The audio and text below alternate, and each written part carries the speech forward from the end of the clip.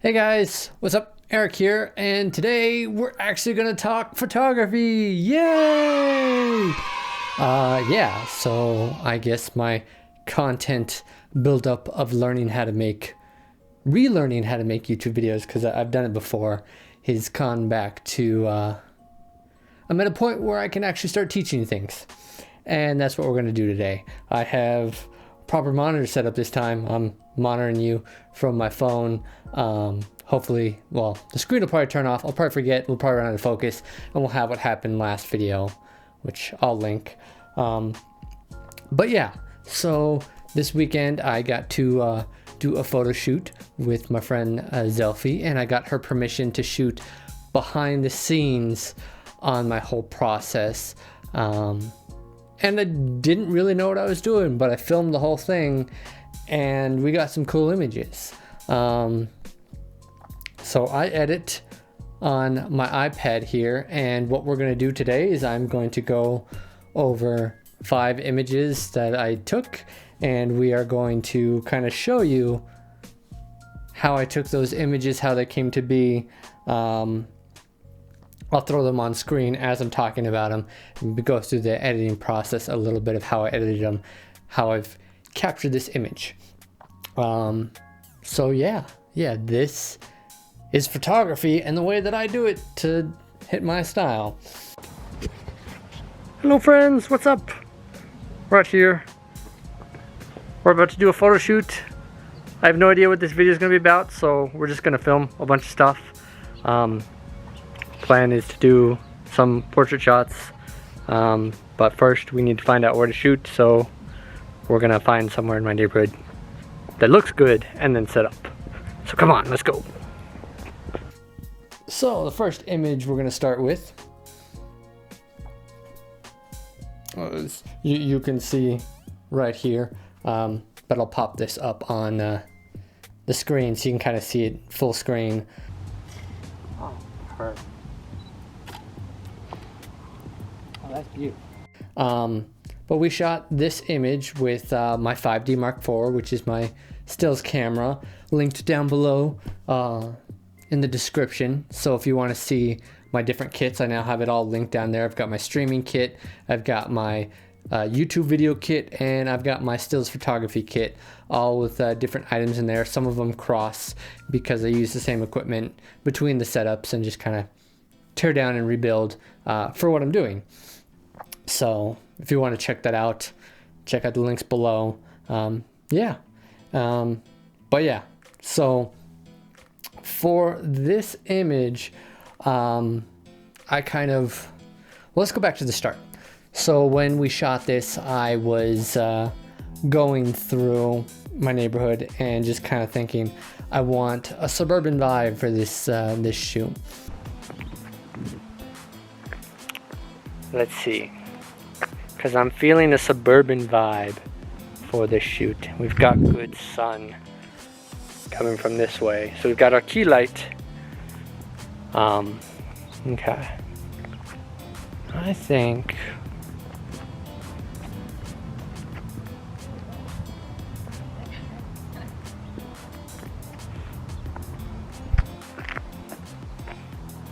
they're looking at me strangely because I don't know what I'm doing yet, but it's okay. I think we're gonna use this street corner right here and that patch of shrubbery. Okay.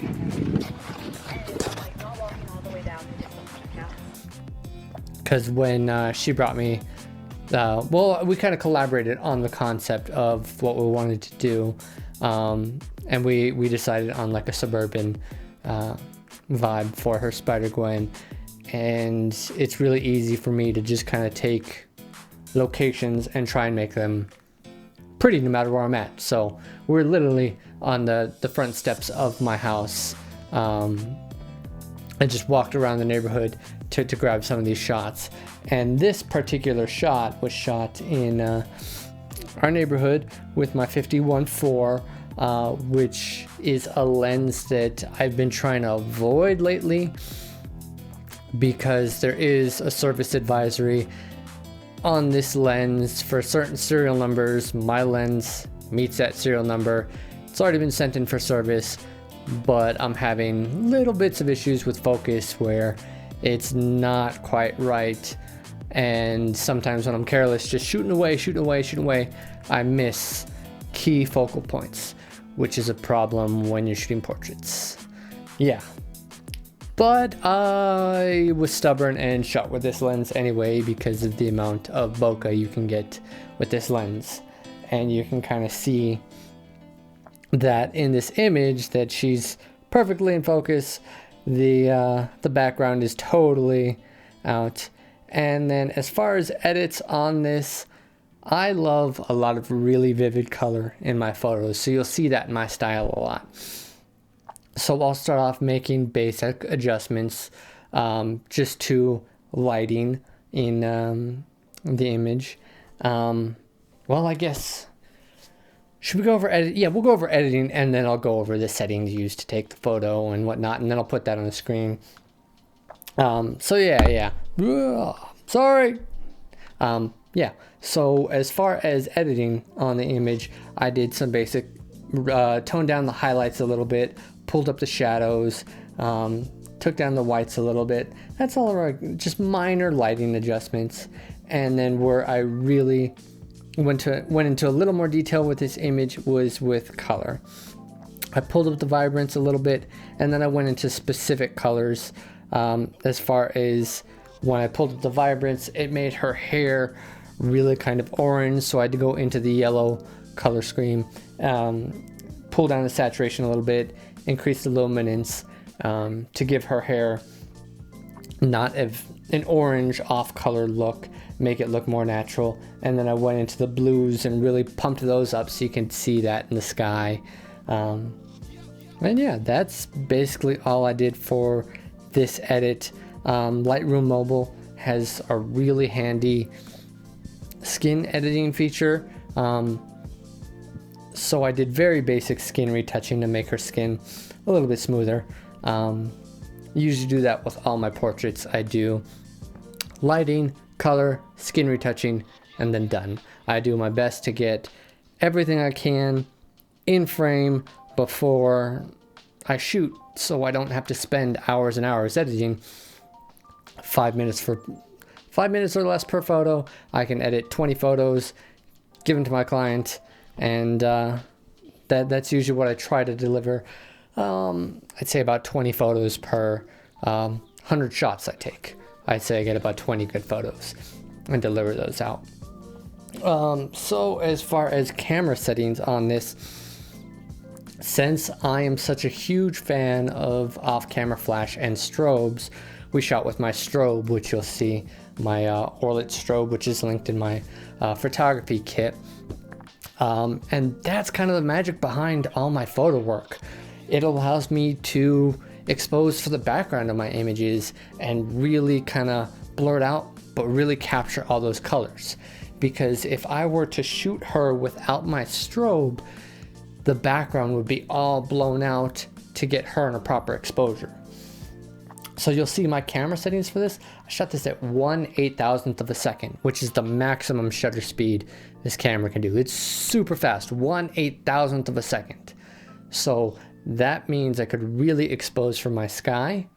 It also allowed me to open up my aperture all the way to 1.4. So it's a really wide aperture that gives me that crazy bokeh in the background. Really nice, beautiful depth of field in her. She's real sharp, and then the background just kind of blurs out real nicely, but I preserve all the colors in the image. And then my ISO is at 100, so there's no noise, not having to worry about cleaning up noise in post. So that's basically everything I could do in the camera. This is the morning, sun's starting to rise, get to really hard to shoot in environments, so that's why my shutter speed's so high.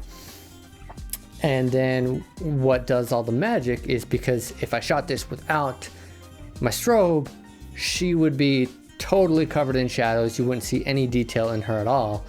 But the strobe just punches a bunch of light into her face to make her properly exposed. and my strobe allows for ETTL communication, so it's communicating through my lens on the camera, knows the settings, so it properly exposes my subject while keeping the background exposed as well.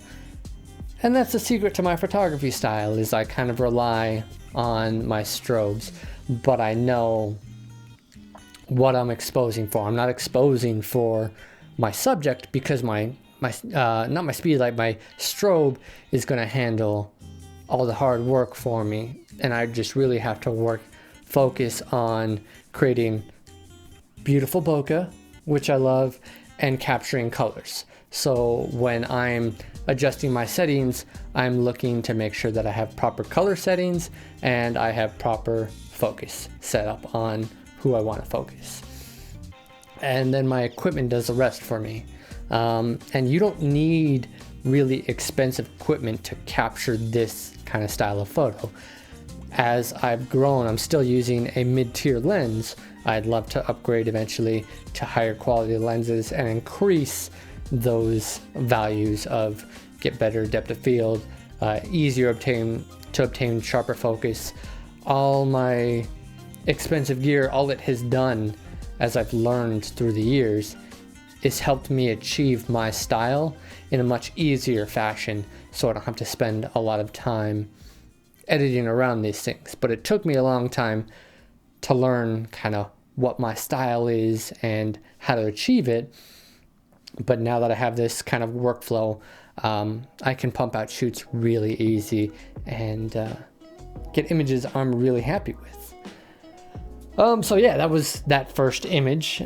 Basically the same kind of capture goes through all the images I'm about to show you. And then we'll probably cut in the footage of me actually shooting. So let's go to the next image, which was shot on the same corner. And every time you do a flash go off, you can give me a new do something else, right? Yep. Right.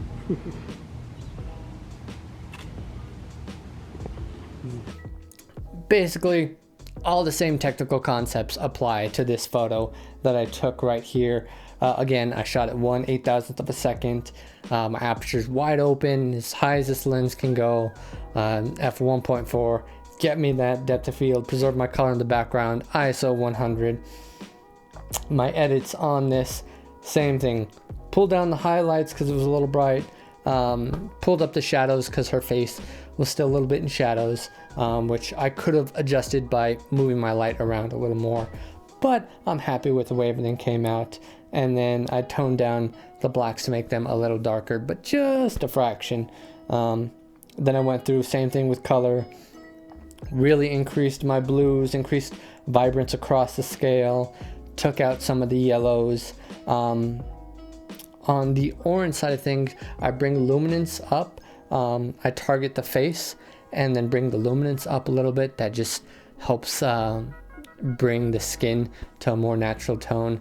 You'll notice on just different people, sometimes when you target the luminance on their skin, and you can either bring it up, bring it down to get a more natural skin tone. I'll do that when you really crank the vibrance, because when you crank vibrance on a photo or saturation, you really throw off skin tones and get some weird colors out in a place. So targeting with luminance will allow you to bring skin tones back to a natural state while amplifying the really the boldness in your colors in your background, which I try and bring out in my images. So yeah, that's what we did for this image.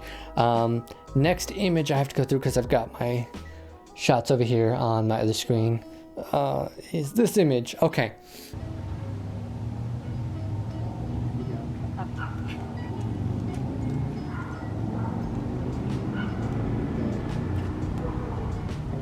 So here's a thing I do a lot.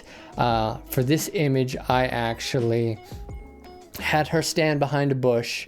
This one I shot with my giant 70 to 200. No, I'm not going to get up because I'm going to ruin my focus if I get up. But yeah, I shot this one on my telephoto 70 to 200 lens that opens up to f2.8. So I'm losing a little bit in aperture value here, but 2.8 I can still nail this crazy depth of field. And what you can do, even with your 50mm lens, it'll probably work better on the 50mm lens, you can actually throw things right in front of your lens and shoot right through them. So basically I got inside this bush in my front yard, and without any real, let's see, did I shoot this at 70mm?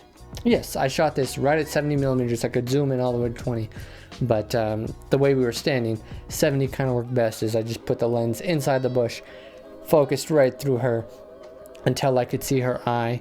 I used back button focus, which I think I'll talk about in another video, because this one's going to be long as it is.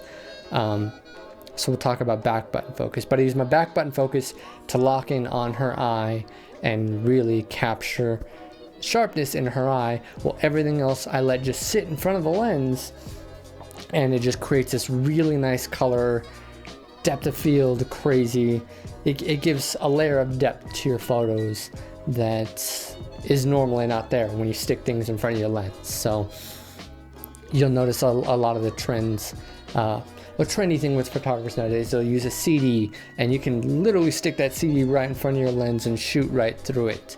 Another trick you can do is if you're shooting through like gated fences, you can see through those gated fences. Stick your lens right up there and try and focus on your subject, and you can get some really cool effects by just sticking things in front of your lens, and it makes them look invisible.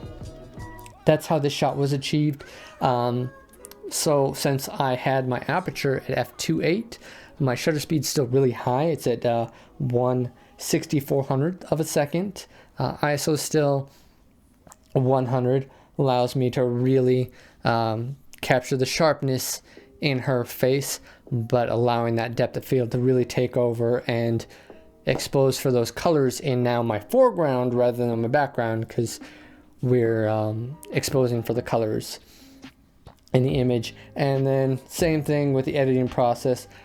Bring down the highlights, bring up the shadows, go in with color, throw up the vibrance, and then really adjust specific colors of what I want to get accurate and what I want to get bold in the image. Some skin softening, and there we go with this image. And now for the next image we go. This is probably my favorite shot of the entire shoot, and this was totally done on a whim.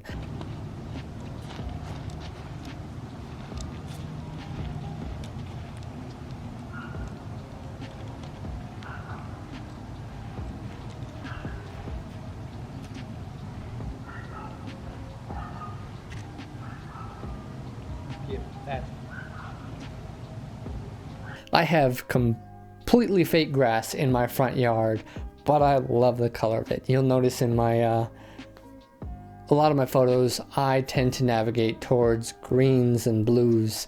Those are my favorite colors.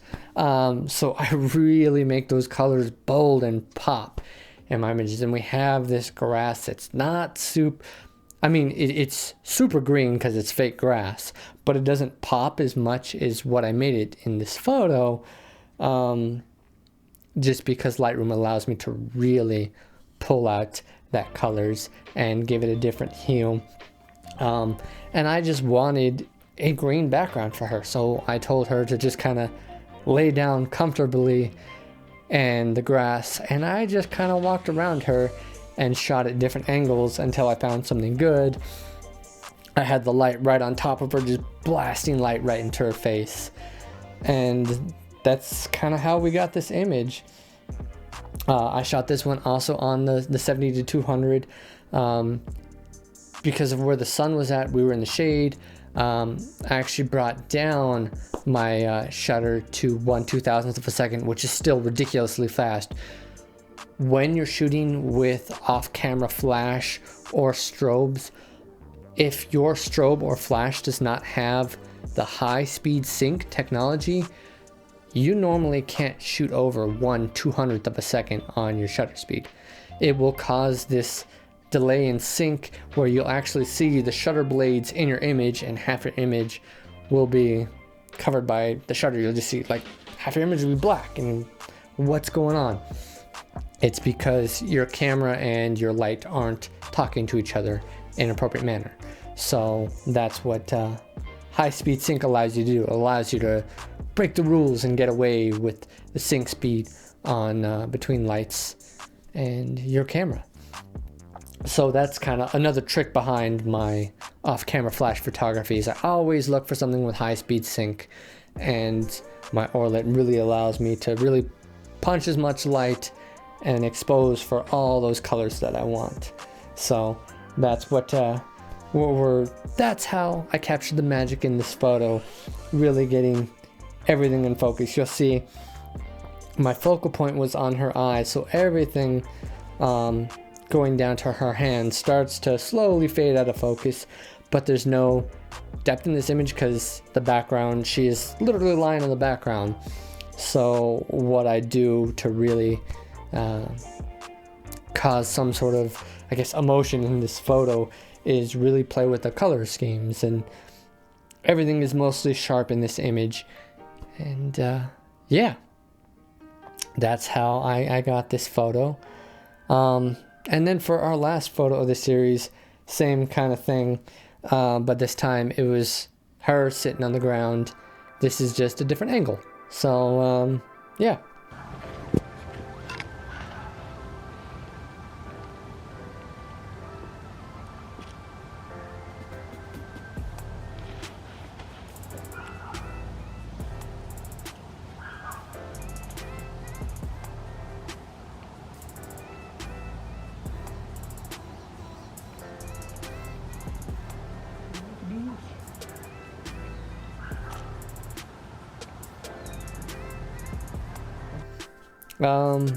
I think I could have shot this better, maybe had her open her eyes a little more.